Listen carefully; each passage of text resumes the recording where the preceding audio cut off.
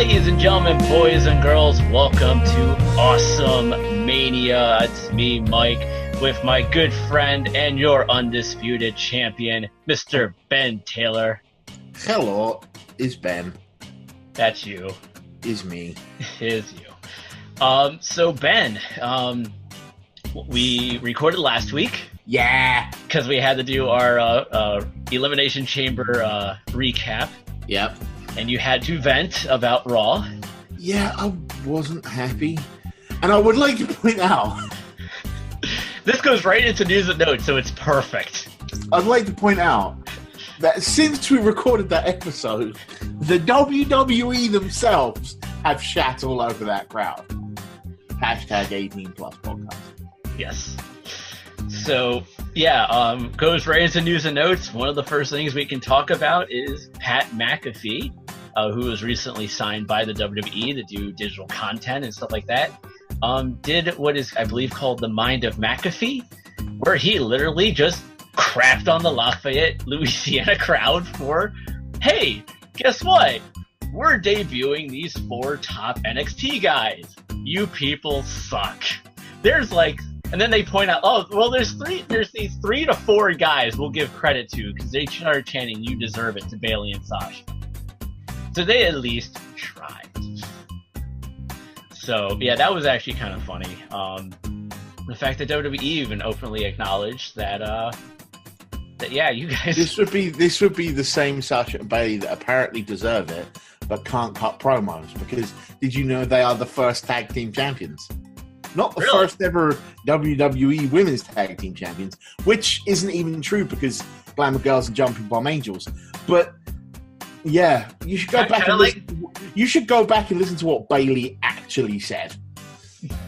Yeah, kind of like also with TJP being the first ever Cruiserweight champion, when Hornswoggle was hands down the last one to hold the title. That was the light heavyweight title. No, that was the Cruiserweight title. Huh.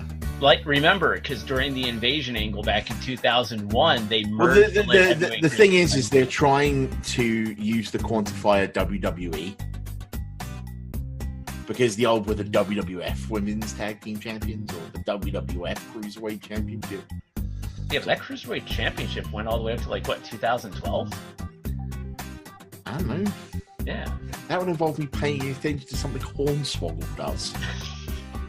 Yeah. So in news and notes, Batista returned to WWE. I would like to talk about the murder that nobody's talking about. Okay, bring it up. So when Ric Flair arrived at Raw, right, he arrived with his wife. Then, when Batista dragged Rick out of his dressing room, she was nowhere to be fucking found. Has anybody found her? Also, and this might just be me, right? Let's talk about Charlotte's last couple of weeks, right? Single-handedly handpicked by Vince McMahon to replace Becky Lynch in the WrestleMania match with Ronda Rousey. The next week, cuts an excellent promo, gets attacked by Becky Lynch at Elimination Chamber. Monday, not even invited to her own dad's birthday party.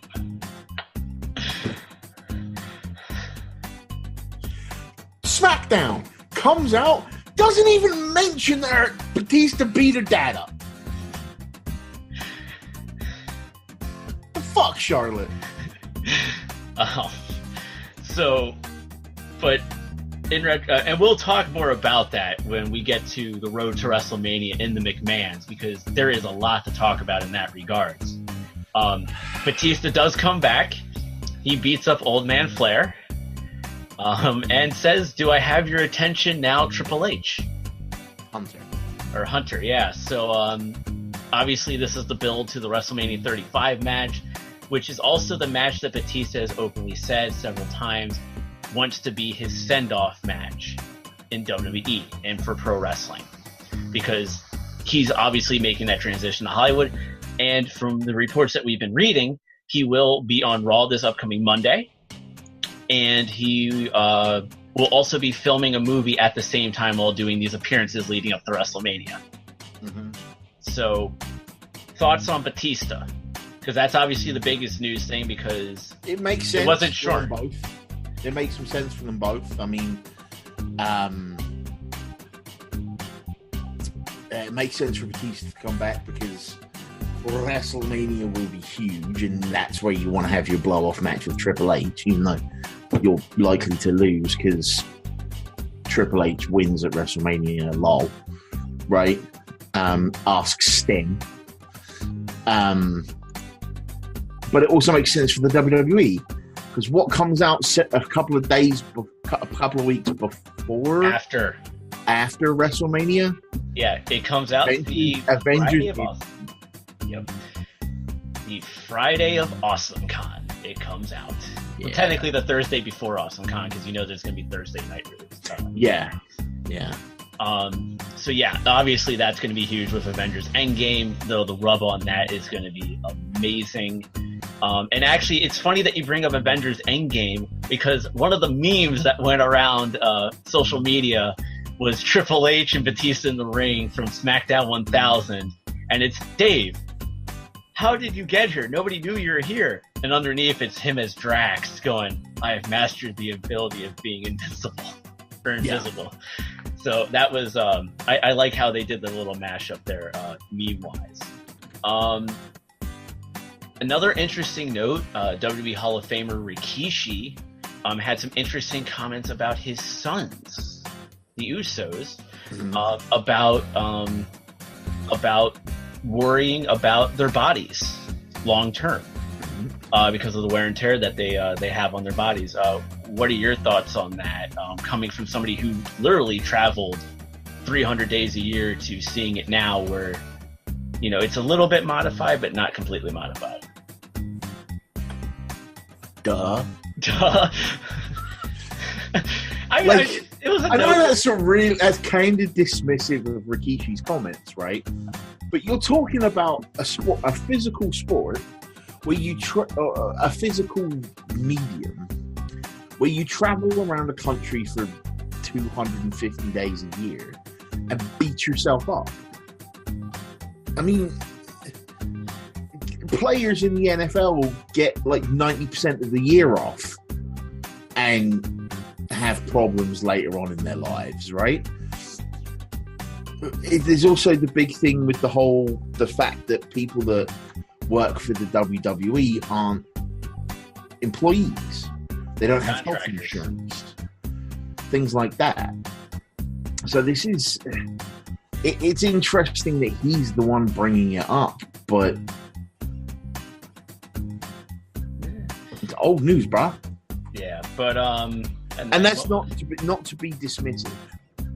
Right. And then to end news and notes, because there wasn't really a lot of news and notes, but this one's a little bit more local.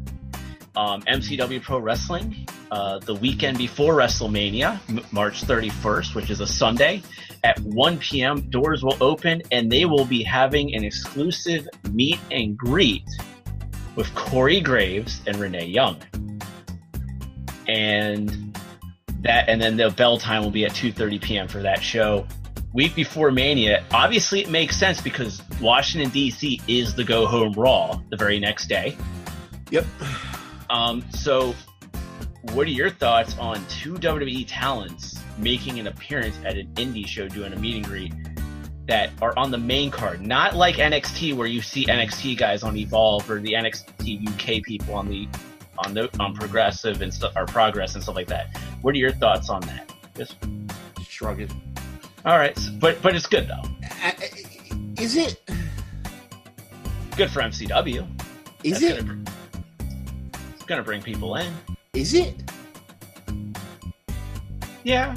Being how I've been at some shows where they brought in like Four Horsemen, Hardys, stuff like that. But how do I put this diplomatically?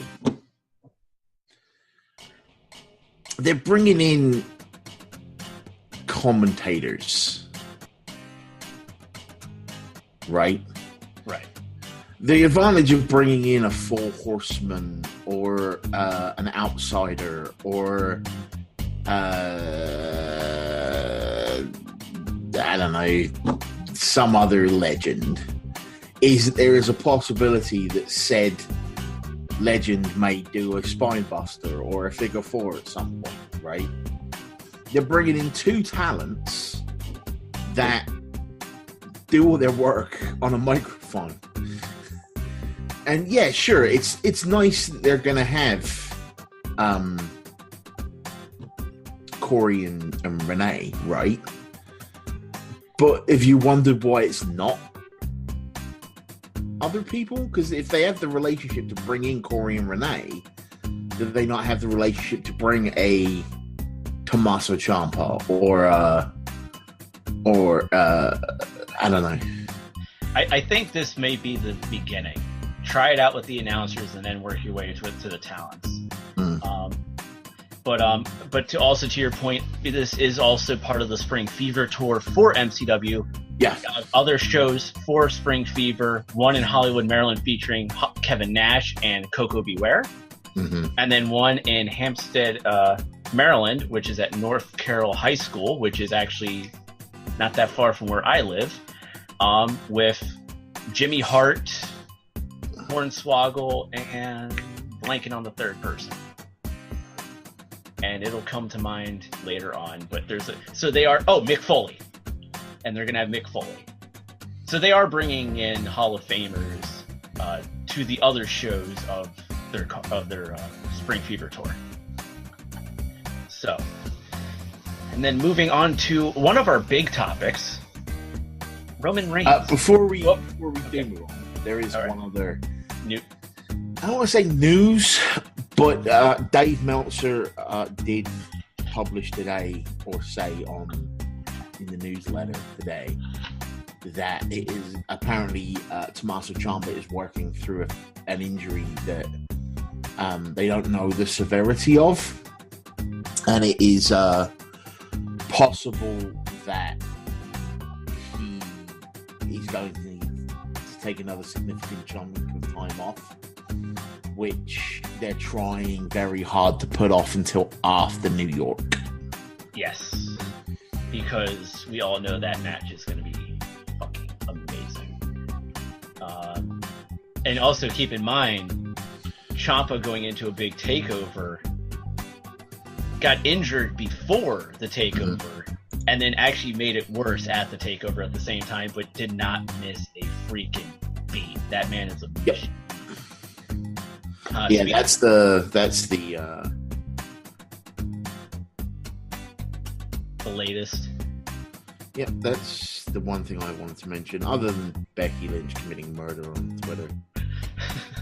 Oh, we'll get to that part. I'm saving that part for the third segment. But okay. Yeah. But next up, we have Roman Reigns. Came back Monday night. Announced that his leukemia has gone into remission, which is great news. And word is now coming out that the first person to find out, obviously, was Vince McMahon. And then after Vince and Roman had talks about it, Roman was actually the one who wanted to come back early.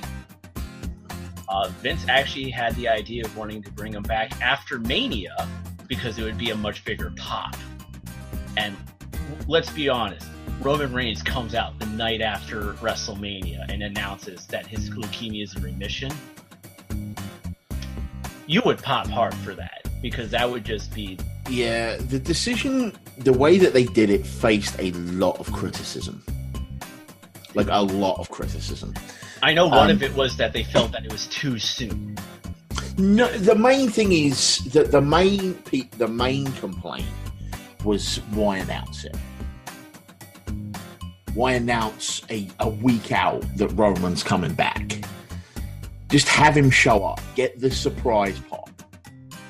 Right? Because if you announce he's coming, everyone's ready for it. Right? Or they have a chance to think, do I really want to see Roman right now? Or they have the chance to go, oh shit, he's coming out for the time. Right? Yeah. The biggest criticism was, why even announce it? second biggest criticism was why now? And that was Roman's decision. Roman wanted to come back now. Which, in hindsight, looking at it now, it's like, okay, cool. It's WrestleMania season, like we said with Batista. You want to be part of it. Which he already was, because he was going to be at Access. But one thing that I was reading is a lot of people were very critical of the fact of Roman's appearance. Because they're going, oh, if you're real, because some people are going, oh, it was fake. Let's be brutally honest. Leukemia can act differently compared to other cancers, especially when it comes to treatment. There was actually a leukemia survivor. No. There was a leukemia specialist charity that did like a 17-post Twitter thread that was all about how Roman could look like he looked. Like, yes, he has hair. You know who doesn't lose all of their hair? Not every leukemia survivor. Like, it's like that. It affects everyone differently.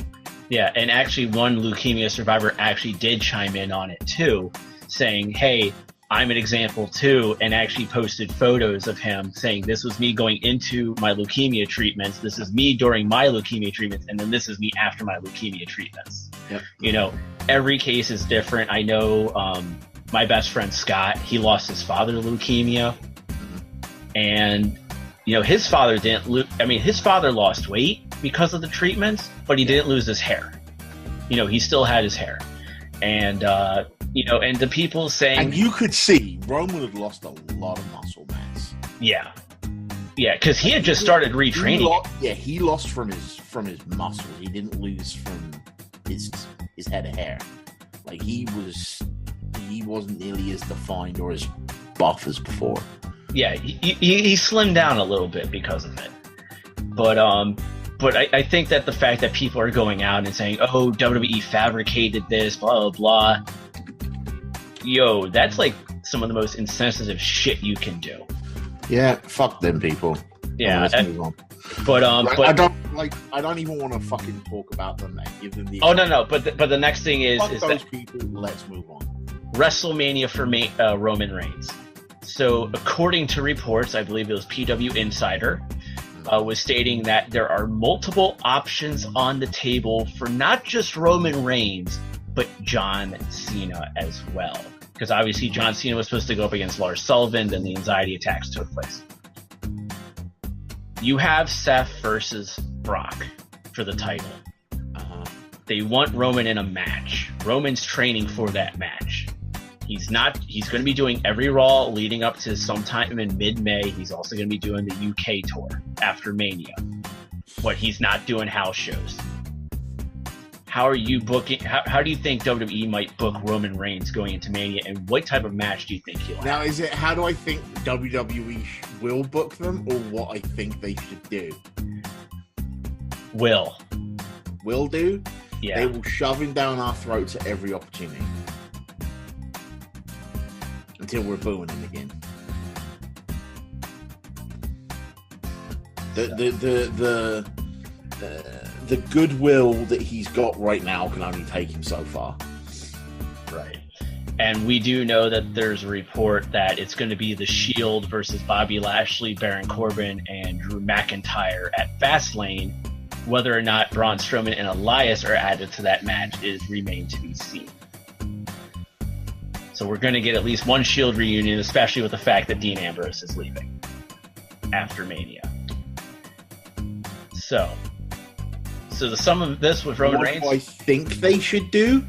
Yes. He should just fuck off again. Just disappear? They should fuck off again. They should show us...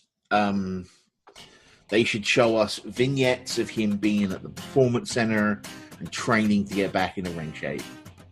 And then he should appear at WrestleMania and spear Brock Lesnar out of his fucking stupid little boots and help Seth win the title, and then come back to full in-ring competition the night after Raw. The night after Mania on Raw. So, which we know that would be great. I think what they could do is Roman versus Dean at Mania. Because, I mean, well, think about it. The story is actually there. It is, but I don't care about either of them at this point. So, first of all, why are we getting the Shield versus these three fucks, right? Didn't the last time we have all of the Shield together, several hours later, Dean turn on Seth and go, Roman deserved to have leukemia because we did naughty things when we were a group. Oh, I'm a Republican now, and then I'm going to become Bane from Batman for a while. Now he sees his goofy self again. Yeah, it's like that needs explaining because the obvious thing at this point, they could do Dean and Roman, right? And the setup is him attacking him at Fastlane. But it's so fucking obvious. It truly pains me to think that that's all the development they're going to do. Yeah. Well, think of things of developing actually pretty well and enjoyable to an extent, depending on who you are. Yeah. The road to WrestleMania and Vince McMahon. Oh, Vince, what are you doing to WrestleMania? Because, so, as you mentioned, when we were talking about Ric Flair's birthday, Charlotte wasn't even invited to her own father's birthday, apparently, or she told her dad to go fuck off. But a few weeks ago, Becky Lynch, after getting the approval from Triple H and Stephanie McMahon, got her match back with Ronda Rousey. Vince McMahon comes out and goes, you know what? You're suspended for 60 days. And Charlotte Flair is going to take your spot. Fast forward to this past Tuesday. You have Kofi Kingston out to sign the contract to face Daniel Bryan at Fastlane for the WWE title. Only for Vince McMahon to come out and say, Kofi, you're not going to be in this match. This man is. And it's the returning Kevin Owens. To which Stephanie and Shane look flabbergasted in the ring going, what the hell are you doing? This man has earned it. In regards to Kofi. Yeah, that was a bit weird. So, something that you had mentioned to me a while back was for Ronda versus Charlotte versus Becky. When I say mentioned, I mean made a joke about and then kind of cried because it could possibly be true. For that match specifically, you said a McMahon in every corner. Could that be the WWE title instead of the Women's Championship? Why would it be? Well, Vince McMahon obviously is backing Kevin Owens. You had Shane McMahon essentially. Well, Shane McMahon will probably be off in another match with The Miz, but you would technically have Shane behind Kofi Kingston, and then Daniel Bryan would have somebody else. But I guess it probably wouldn't who work would out be so behind well. Daniel Bryan? Yeah, I don't think that would work out so well, like the way the women's title match was. But they don't need the McMahons in the women's title match. They don't need him at Monday in any fucking match. I kind of like right. I'm gonna get fucking roasted for this by someone I know, but I kind of like the Vince thing, right? I kind of think that he's on the power trip craze. I know that we were told we're the authority and all that bollocks, right? But he's Vince McMahon. He's a fucking liar, right? He's also fucking off to start doing the XFL eventually, right? So they got to get a way to write him off telly. So I think him getting the power craze thing going on works. In fact, you know what they should do? They should, on Raw on Monday, right? Vince McMahon should come out and remove Seth Rollins from the title match against Brock Lesnar and put Roman Reigns in. That's gonna get Roman booed for sure. And I'm not saying that things stay that way, right? But I'm saying they need to keep this. If this is a gimmick that they're doing with Vince, right? They need to keep it moving. They need to keep it happening. Unfortunately, they did the Kofi thing and the Charlotte thing really close together, right? Yep. So,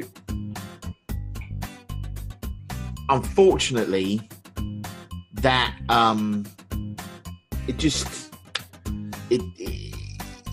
it shows that you've got to have something every so often.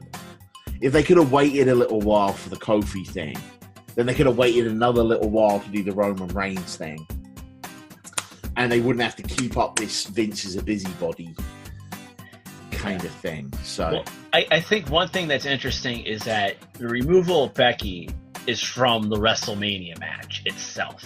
Yeah. Whereas with Kofi Kingston, he was removed from Fastlane. Yeah.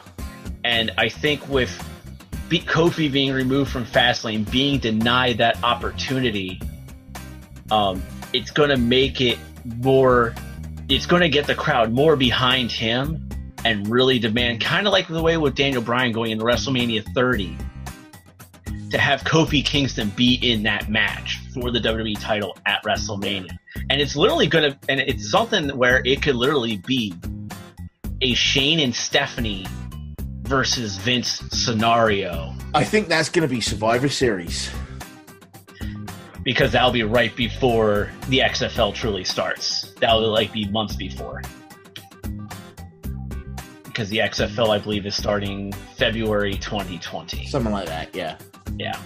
So if you get them out at Survivor Series 2019, that'll get them out just in time for the XFL. Mm-hmm. So. I am. Alrighty, so Ben.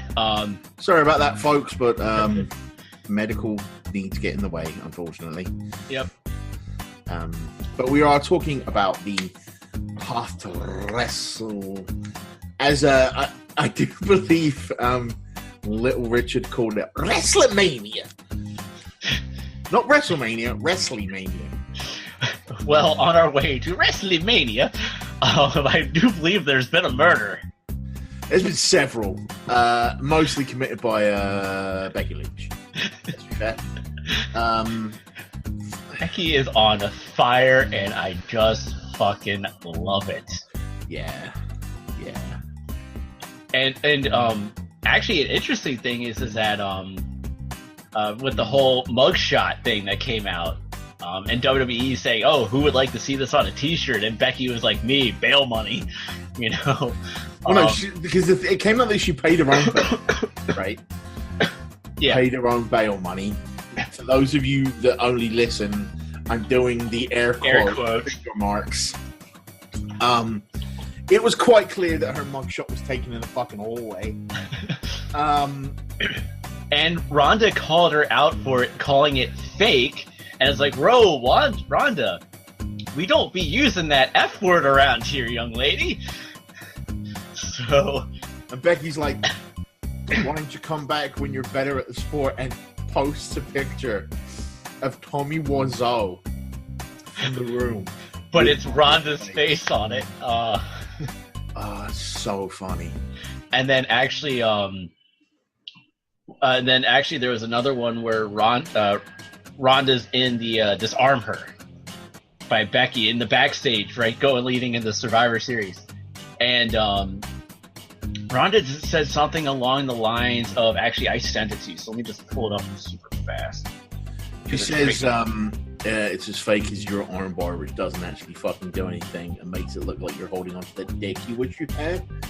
Yeah, I was like, yeah. At which point Becky responded by going, it kind of does look like a dick, and replaced Ronda's fist with the picture of her husband's face. Ronda responded. Ronda responded with, Rebecca Quinn, I don't care what the script says. I'm beating the living shit out of you next time I see you.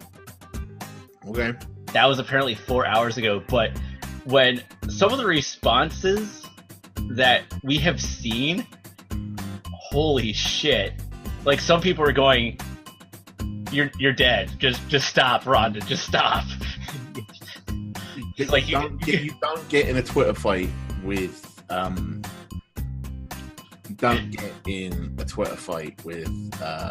Becky. Just don't do it. Yeah, and not only that, but one of the interesting things is that the promo that Ronda did on Monday night, where she literally just put the title down on the mat in front of Stephanie McMahon's feet. It was Ronda's best promo so far, okay. But Paul Heyman was the person that was working that promo because he worked with her behind the scenes all day leading up to that show. So there's an analogy I like to use here. That yes, this was her best promo, her second best promo to date. Her best promo was the Nikki Bella promo, right? Yep. The best promo was the Nikki Bella promo by far. However, just being better than her normal promo doesn't make it a good promo. Nope. A slightly smaller pile of shit than a big pile of shit is still a really big pile of shit. And the quote, Jeff Goldblum from Jurassic Park. That's a big pile of shit. So, she rushes through her promos too much. She doesn't know how to talk on it. She's almost as bad as Bayley is on the microphone.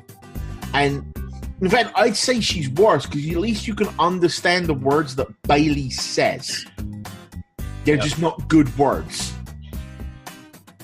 Yeah, like the one time when it was Alexa Bliss doing This Is Your Life for Bayley, and Alexa just owned her. Yeah.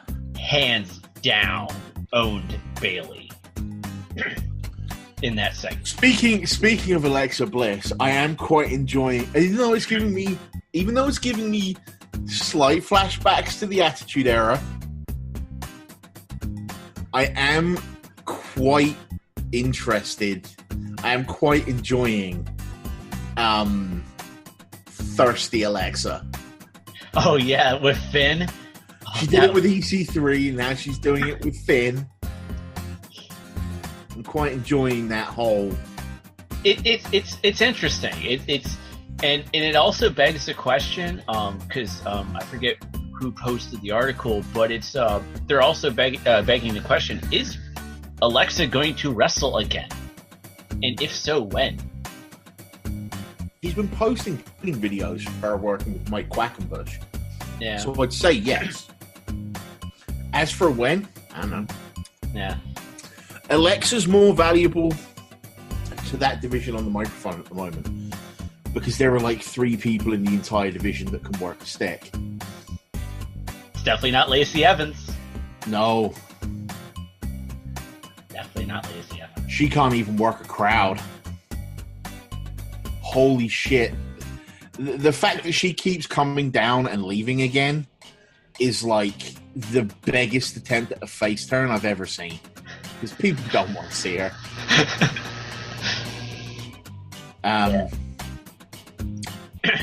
So, where do you see her right now, getting back on topic? Where do I see WrestleMania, where do you see the McMahons outside Triple H versus Batista? We know that is happening. Hopefully in the... and Shane's bound to have a match with The Miz at some point, right? Yeah. So outside that, where do you see the McMahons? Where do I see Steph and Vince?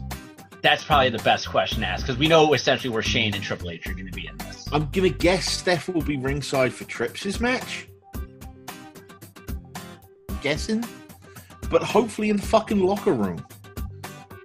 Hopefully this whole interference thing has been done and dusted by that point. The only place that I could conceivably see Vince is Becky giving him the finger, holding up the title at the end of the show, right? That would be nice. It would be like very Stone Cold-esque, because that's the vibe we're getting out of this. Well, yes and no. When Stone Cold invaded and shit like that, it felt like he was doing unprecedented shit, like beer trucks and fucking Zambonis and shit like that. And Becky just feels like she's showing up to cause trouble. She doesn't like she's got a purpose or is doing anything unique with it. So. Well, let's be honest, with the way the stage is set up, it's kind of difficult to bring out a Zamboni or a beer truck or something like that. But they could be doing other things with her.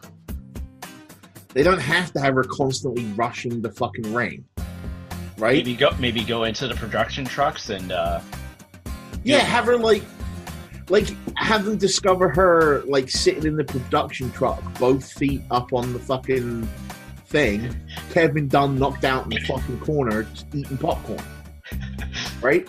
Have her show up, legitimately show up with a front row seat and sit there for the whole show. With a ticket in hand. With a ticket. She has a ticket, right? Just sit there. She's just chilling. Wear a Ronda Rousey t-shirt, have her be a proper just front row fan, and then in a match have Ronda be the initiator, have Charlotte be the initiator. Don't have Becky initiate shit. They could be doing lots of things with Becky Lynch, but they're not. Yet. We still have time. Same old bollocks. We still have time, so we can still hold out hope. But it is the WWE that we're talking about here. And now, it feels like with Becky Lynch, they're doing all of the versus the Authority storylines at the same time. Right? Because they're doing the Stone Cold thing where they keep having her arrested. And then they're doing the thing where, well, you're just not good enough, so we're going to put someone better in. You're a B+ player kind of thing. And now they're doing the fucking, what was the other one? The CM Punk thing. It's like, oh, you're the voice of the voiceless, and and he's with John Cena, CM Punk got suspended for his title match, and John Cena was like, no, Punk earned this title match, blah blah blah. Seeing that with Ronda and Becky, right? And that's essentially what Ronda's promo was about on Monday. I know that was the point. That's what I was trying to do. Is it's just they're retreading. Yeah. So moving on to fantasy booking, it was announced this week that the Honky Tonk Man is going into the Hall of Fame. Yeah. And it is the strong rumors is that the Hart Foundation of Bret Hart, Bret Hart, Jim the Anvil Neidhart, and Jimmy Hart will be the three that will go in as the Hart Foundation. Mm-hmm. And an interesting note, Taz going into the WWE Hall of Fame. Outside that, the rest is unknown.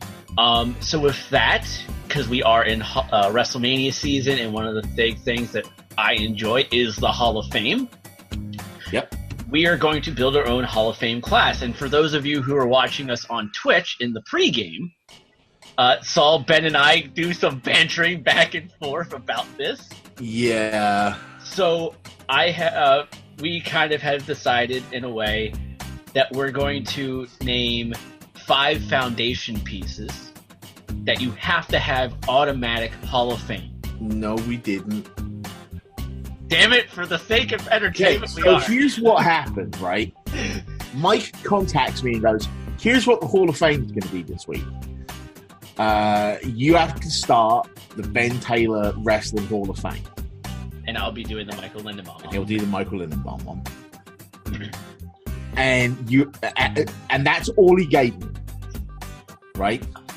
He said, to give me credit, I was also about to step in the yoga class at the time, too. So I sent him a message earlier today, okay, do I have to pretend like the WWE Hall of Fame doesn't exist? And me being at work goes, yeah, sure. Yeah. Right. So we get on the call today, and I'm a bit worried that given that we're starting Hall of Fames, there are some automatic inclusions that everyone that like just must be in, right? Yeah, like they must be in, which is going to make our list a little bit samey. And then all of a sudden now he's like, we're going to establish 5 people that must. No, we're not, because I've prepped for this fucking thing, and you're not having like you're not suddenly cutting out 5 people from my choices. Fine. Well, we're going to go with the original game plan, and one of the plans is that we are going to try to make this like an annual thing, maybe, or even more regular than that. Well, maybe what we could do is we could do it for the Big 4. Maybe, yeah. Yeah, like every time we have a Big 4 pay-per-view, we do a Hall of Fame. Yeah. And then we'll be essentially caught up or have more people than the WWE. So, Mr. Taylor, because you have prepped and prepped and prepped. I hope you have too. Oh, I have. So who is your first? So not your headliner. No, that's first inductee. So my first inductee, non-headliner, would actually be, as I'm blanking, would be Bobby the Brain Heenan. I would go with him. Yeah, I would go with Bobby the Brain Heenan, and the reason for it is because he is legitimately one of the greatest managers of all time. He can work the microphone so well, and then not only that, but after his time as a manager was over, becoming the announcer that he was, doing the commentary with Gorilla Monsoon, and then eventually Vince McMahon. I mean, it's just, you go back and you watch that stuff on the WWE Network, and you just go, this shit's amazing. It's so much better than a lot of the shit that we get today. Yep. Bobby's on my list as well. Yeah. So you got to go with Bobby the Brain Heenan. However, who have you got inducting Bobby the Brain Heenan? Ooh. So for him, because I was also told we would get extra points. Yes. For our inductors. Yes. So for me, if you're going to be putting in possibly the greatest manager of all time, you need to have the greatest advocate of all time. I did the same thing. We didn't even talk about this shit. So, but yeah, I'd have Paul Heyman do the induction of Bobby the Brain Heenan because, again, the greatest manager gets inducted by the greatest advocate of all time. Because when you look at today, nobody can touch Paul Heyman. Yeah. And not only that, but Paul Heyman learned a lot from Bobby the Brain too. So yeah, I wasn't gonna put Bobby as my first, but Bobby is on my list, and I have him inducted by Paul Heyman as well. All right. So who is your first? Well, technically now second because we already know. First. Like who's my next pick? Now I've cheated slightly. You said my next pick, like for the draft. Yeah, because it's my pick for the Hall of Fame. Yeah, I've cheated slightly in that I'm technically putting in like 11 people. Okay. But we'll get to that. My next pick is Gorilla Monsoon. Ooh, that's a good one. Because Bobby Heenan and Gorilla Monsoon are the greatest commentary team of all time.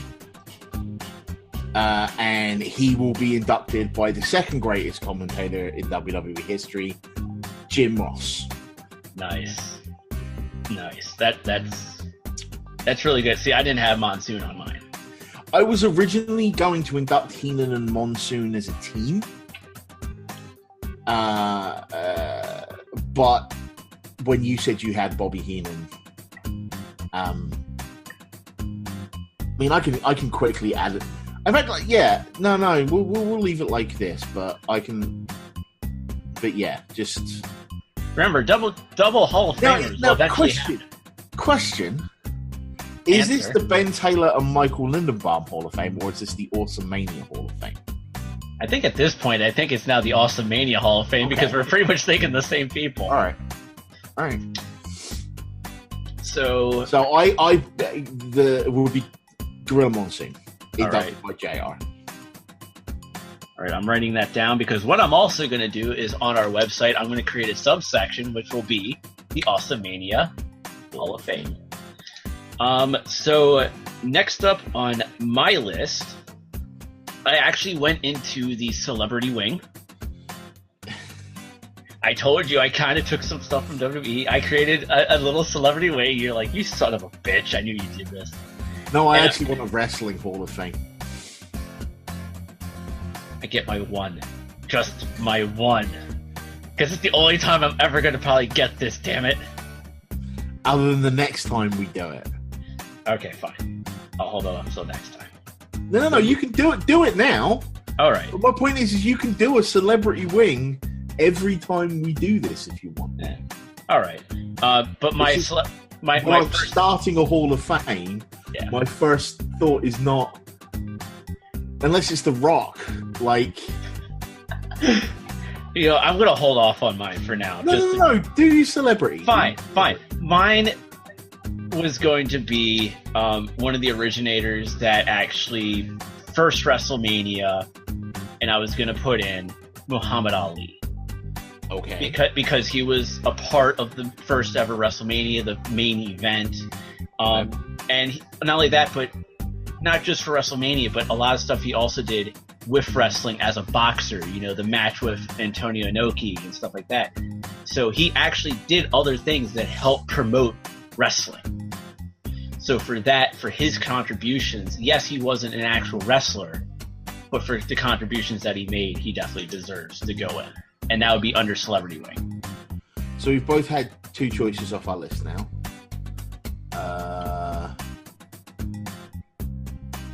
Next up for me, I went with... Now, the reason why I really wanted to put Bobby and Gorilla in as a team is I have another manager on my list. Because I have the Sensational Sherry on my list. I think her role in WWE changed the way that the entire audience and the entire federation looked at women.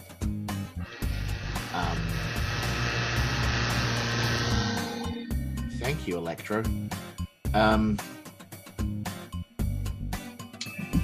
There would have been no Sunny if there was no Sherry. There would have been no Sable if there'd been no Sherry. Until Sherry came along, female wrestlers were seen as... Let's be honest, they're viewed as kind of like bathroom breaks at certain shows. Yeah, but they were also seen as like Moolah, Mae Young. And there's nothing wrong with either of those two. But they weren't taken seriously. She changed the game. Yeah. She made women taken seriously. Yeah. And I would have her inducted by Ted DiBiase. Ooh, that's a good one. Mainly because most everyone else she ever managed is dead.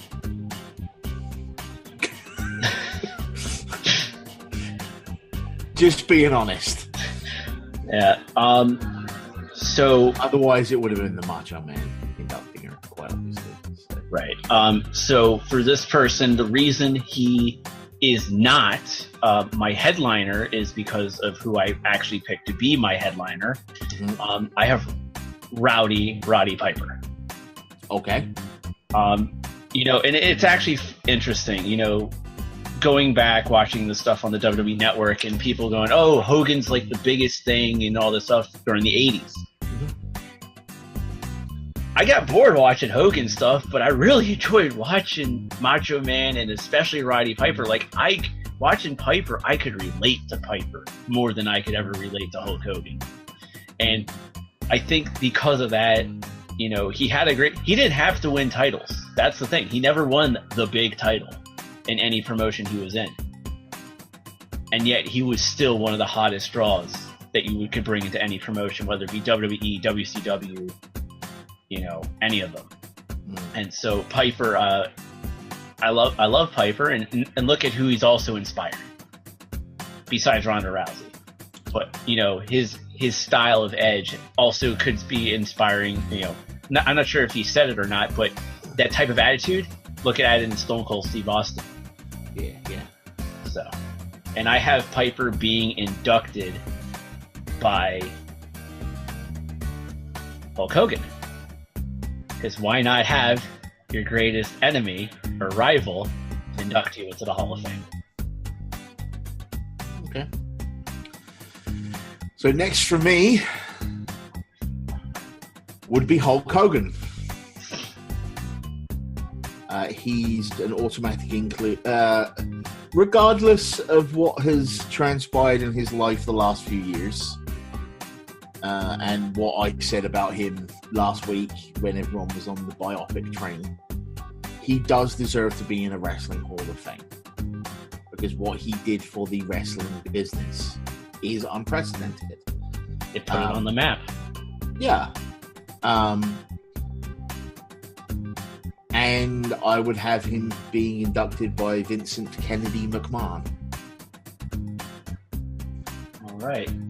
So for the record, I'm just writing who we're inducting. We're not writing who's doing the inductee. Okay, that's fine. So, next up on my list I actually decided to go with women. Uh-huh. And I am actually going with Mae Young. Because you can't have a Hall of Fame without Mae Young in the Hall of Fame. I mean, what she's done. I mean, the fact that she was going to literally wrestle till she was 100. I mean, that woman gave birth to a hand. But the thing is that, if you watch the Mark Henry documentary, and he talked about the stuff he did with Mae Young. Yeah, she was just a gamer for anything. And, for Mae Young, who would induct her? Stephanie McMahon. Fair. Because Stephanie McMahon literally grew up with Mae Young almost like a grandmother. Yeah. All right, so we've done, 4 each at this point? 1, 2, 3, 4. I've done 4, you've done 3. Technically 4 because you also had Bobby the Brain Heenan, but you've technically done 3. All right, so my next one is a controversial one. It wouldn't be AwesomeMania without controversy, Ben. Come on. It's someone I genuinely believe WWE Hall of Fame. And it's not Owen Hart. It's not the British Bulldog. It's Eric Bischoff.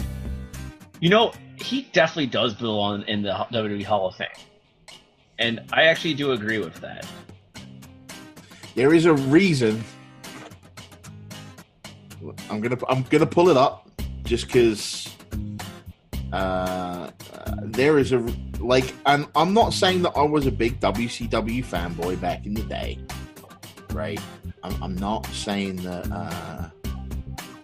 I watched that over Raw or anything like that, but there is a reason. This is my phone.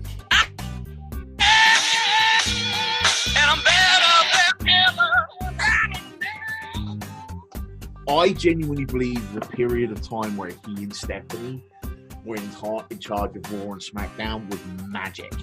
Oh, it was beautiful. I loved everything, and more power to him. He did do all the stuff in WCW as well, right? But to be willing to put all of that aside and then work for Vince and do so brilliantly, right? And a running gimmick that he had was that he was outlasting every other SmackDown general manager, too. Yeah. Because by the time he got fired, they had gone through Stephanie, Heyman. I think at one point they had Kurt Angle. To induct Mr. Bischoff, I would call on DDP. Ooh, that's a good one. All right. So I'm getting into my 5th pick now. Mm-hmm. And I'm actually taking one from what should be in the current WWE Hall of Fame going into, and that is the Hart Foundation. Yep. Bret Hart, Jim the Anvil Neidhart, and Jimmy Hart. Definitely a very, very strong tag team. One that traveled very well from Calgary all the way to the WWE. Multiple tag team titles, great rivalries too. And then obviously later on, after they broke up and then they got back together, the New Hart Foundation and what they're able to do with that faction. Yep. But this is more about the core team of Bret and Jim and Jimmy. And I would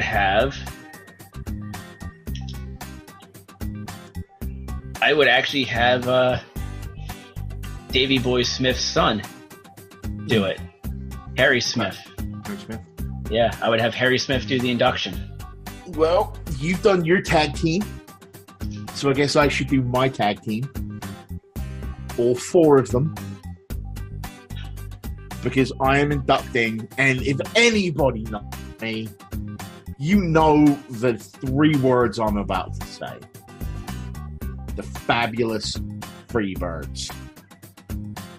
Michael Hayes, Buddy Roberts, Terry Gordy, Jimmy Jam Garvin. Can't go wrong with that at all. Nope. And there is a toss-up. Now, I could have Kevin Von Erich induct them because that's what they did on WWE, right? They had the Von Erichs do it. Well, it also made sense because that was the hottest rivalry too. Yeah, exactly. But I'm flipping the script a little bit. I'm having the Revival induct. Ooh. That makes a lot of sense too because they have that old school mentality to them. That makes a lot of great sense. All right, so we should both have 2 left. Yes. 14. So I kind of went with a co-headlining. Okay.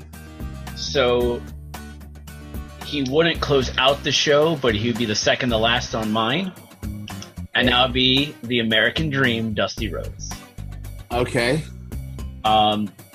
Dusty Rhodes, obviously, he transcended a lot of things. You know, like when everyone's like this big muscular body and stuff like that, he was able to just come out as who he was, and the personality, the charisma, you know, that he brought, and he could wrestle a fucking match.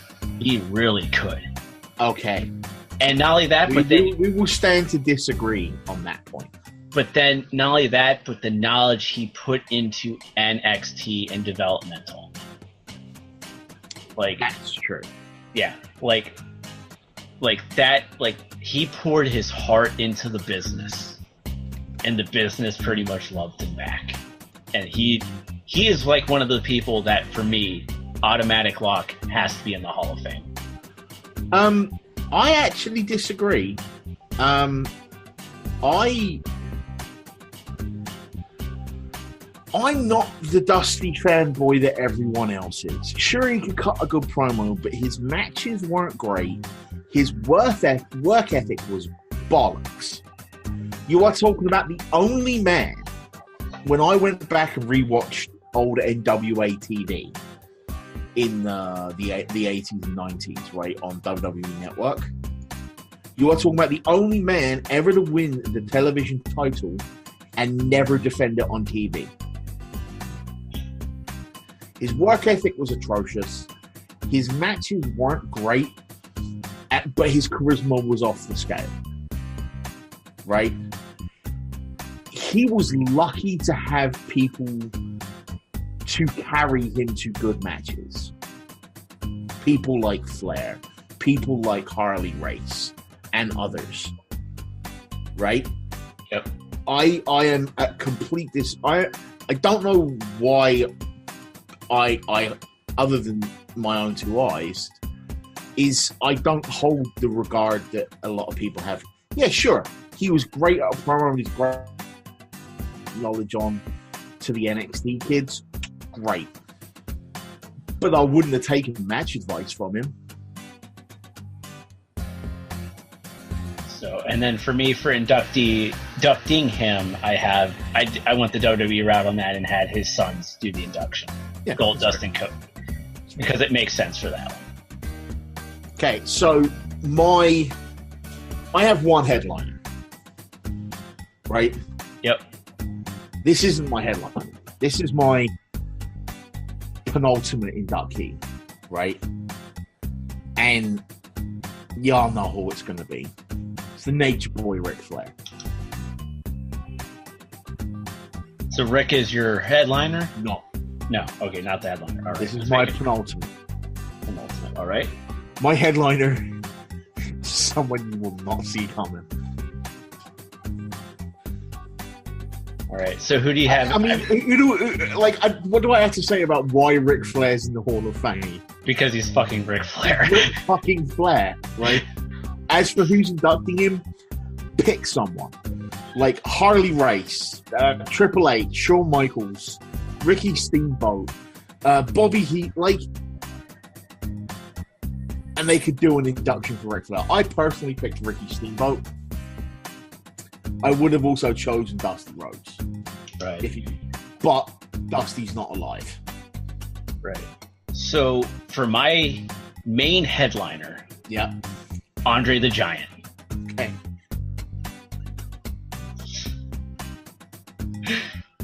I'm taking that your laughter is like, son of a bitch, I did that one too. No, just wait till you hear mine. Oh, God. So I chose Andre the Giant. Obviously, he was one of the main reasons why the WWE created their Hall of Fame. He was the eighth wonder of the world. And, you know, what that man did, I mean, he was kind of he was alongside with Hogan. Crying.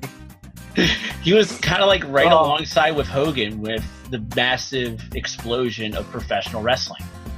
You know, and you can't, you know, and one of the things that, you know, was like, and we all look at WrestleMania moments, and what's one of the biggest WrestleMania moments we always talk about? Hogan slamming Andre. Exactly.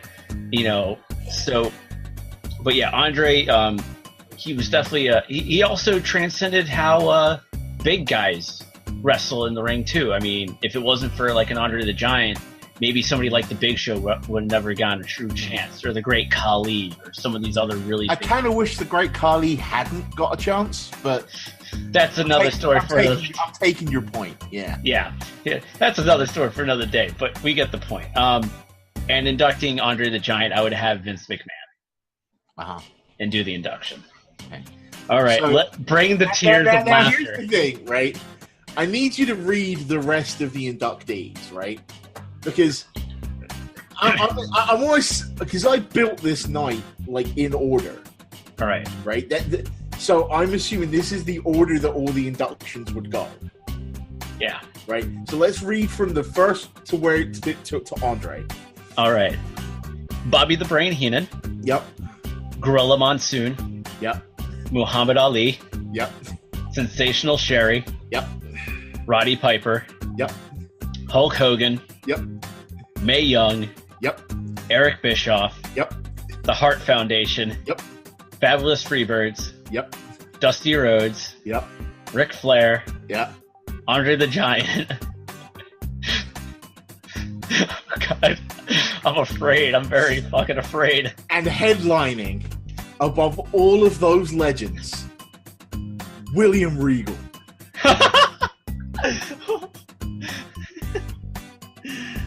There is rumor that he might go in this year. It's not about that.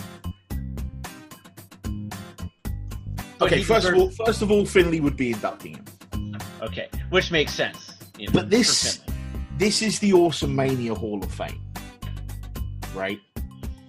This is the Ben Taylor and Michael Lindenbaum and maybe guest one day Hall of Fame. And none of anything I've ever had to do with loving wrestling would have happened without William Regal.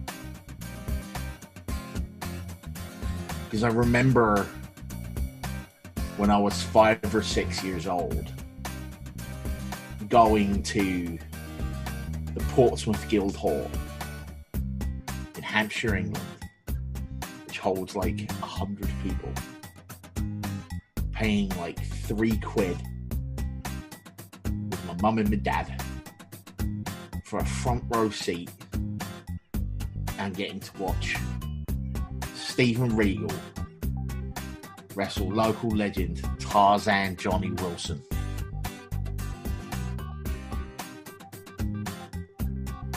And that was where it all started for me. Right? That night, I got to see the Liverpool lads, one of whom has become quite infamous because he's Robbie Brookside in NXT. I remember getting to see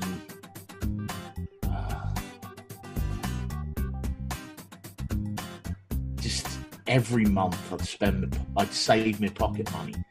All my other friends would be buying like Hot Wheels and action figures, and I'd be saving my money, and I'd buy a front row seat to the wrestling, and I'd buy a large Coke and a bag of popcorn, and I'd just sit there and I'd watch Steven Regal and Dave Finlay wrestle to 45-minute submission masterclass draws, and I'd cheer the faces and I'd boo the heels, and I'd get right in their faces.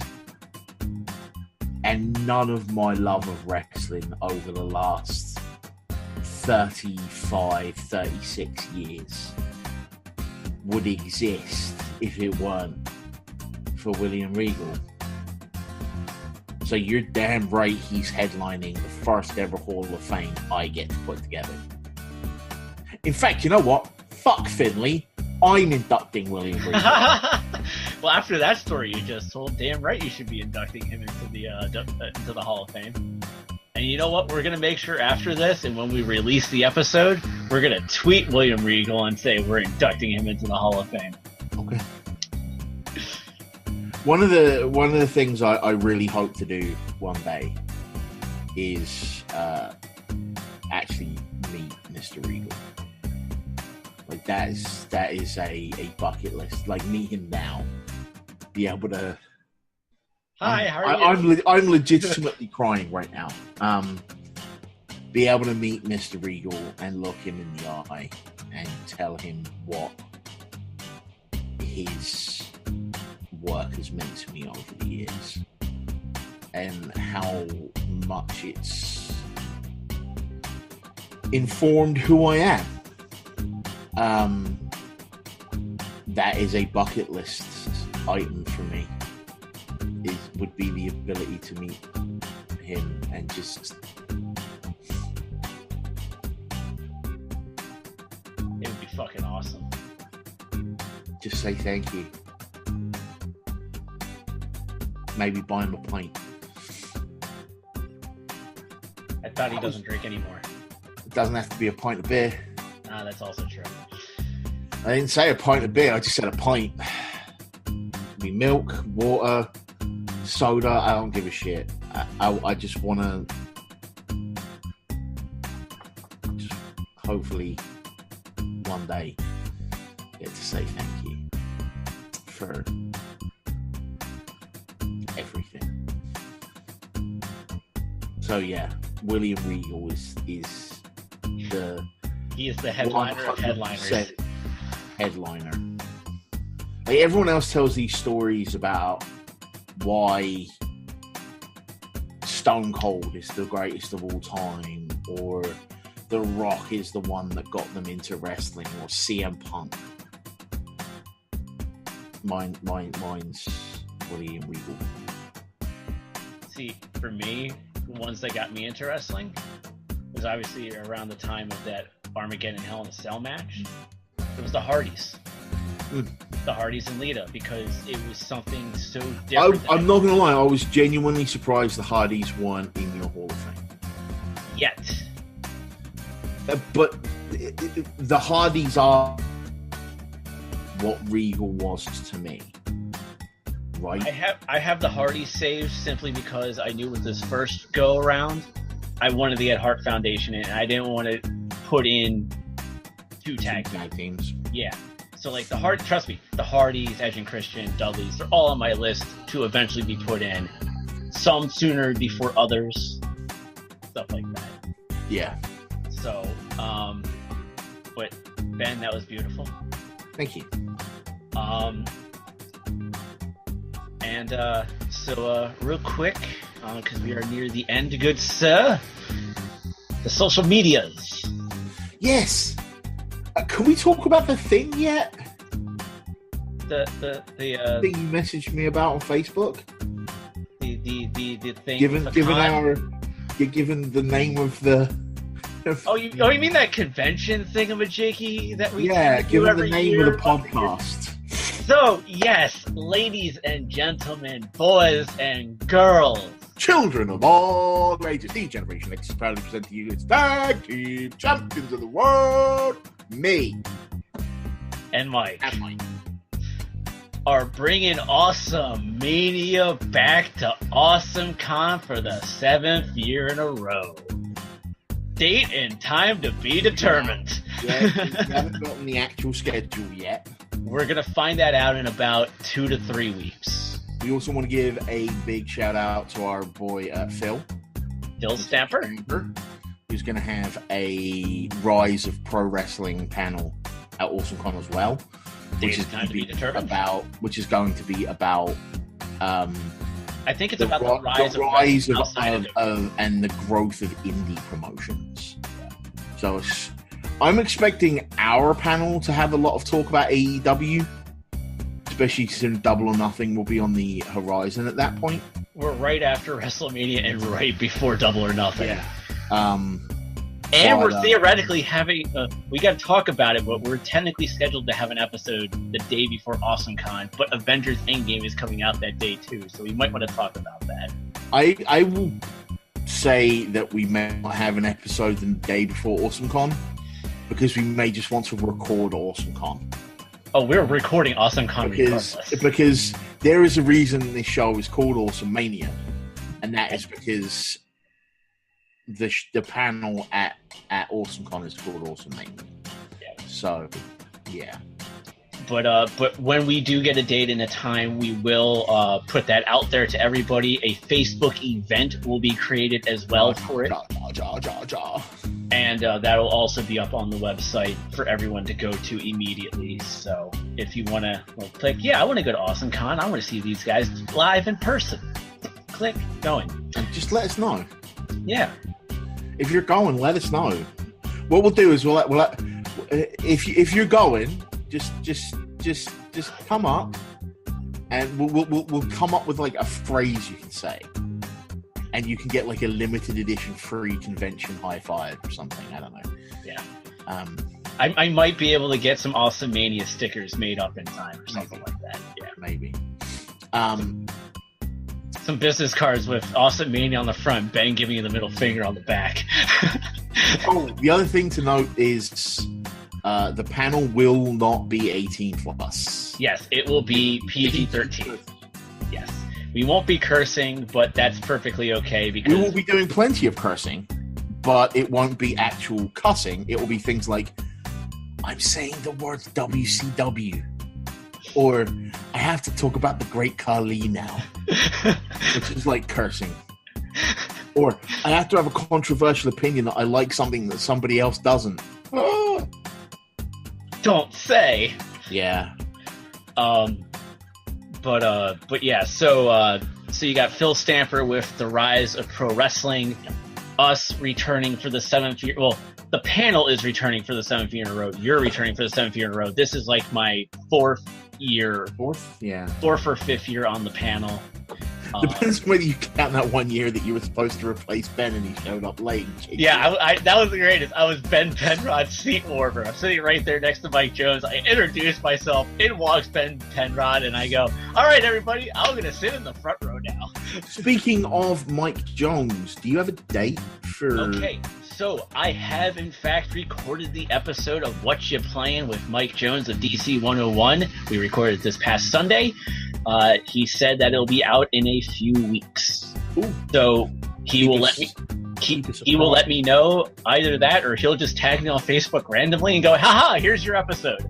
But I also threw an ultimatum to Mr. Jones by saying he can come on this show, but one person has to go on his, and that is you, Mr. Taylor. Yes. I even said that on his show. It's like, you can come on to our show if Mr. Taylor gets to go on to yours. Yeah, he messaged me about that and asked me what I was playing. So, and we had a very interesting conversation on Facebook, which I don't want to spoil because it may overlap into the episode. But it was an interesting philosophical conversation because I said I was looking forward to a game that was getting awful reviews. So. All right, and I talked about Soul Calibur, but we also talked a little NHL, a little WWE, because obviously Mr. Jones is a huge wrestling fan himself. Yeah. That old Mike Jones. And also, I want to throw this out there for our panel, which you and I will talk about this more off-air, away from Twitch and everything like that. We usually have multiple people on the panel with us, depending on the date, depending on the time. Mm-hmm. It could have a few scenarios of either just Ben and I together, or we could have 1 to 2 other people with us. I think there will always be at least a third. It depends on when we are. Depending on when we are, it will depend on who the third is. Yeah, because I've had a couple guys already come up to me and asking about the panel. So, but we'll talk about that off air. I'm still convincing I'm hoping to convince a good friend of mine and yours to come on stage with us. I don't want to say who it is, but you'll tell me off air. Yeah, I might put it out on the Twitch stream. Ooh. Anyway, let's finish recording the episode. Social medias. My social media is at Bob T Goldfish on Twitter. Hit me there. You can also find the channel on at 321 podcast or 3 Topics 2 Guys 1 podcast on Facebook. Mike? Yes, and for everything AwesomeMania, you can go to txhthockey.com/AwesomeMania. We have our own section there. We also put up a blog post. We have an archive. We will also be creating a subsection for the Hall of Fame that we just started today. You can also catch me on Twitter at TheLindenbaum75 and Facebook at facebook.com/X75Productions. And with that, also, I just have to throw this out there real quick because I just looked over at the Twitch stream. Lady Stardust T, thank you for watching us. Yeah. I have to throw that out there on the actual back podcast. To Russia. Yes. So, with that, Ben, our undisputed champion, thanks again, as always, my good friend. Hey, it's my pleasure, man. And as always, ladies and gentlemen, until next time, we will see you ringside.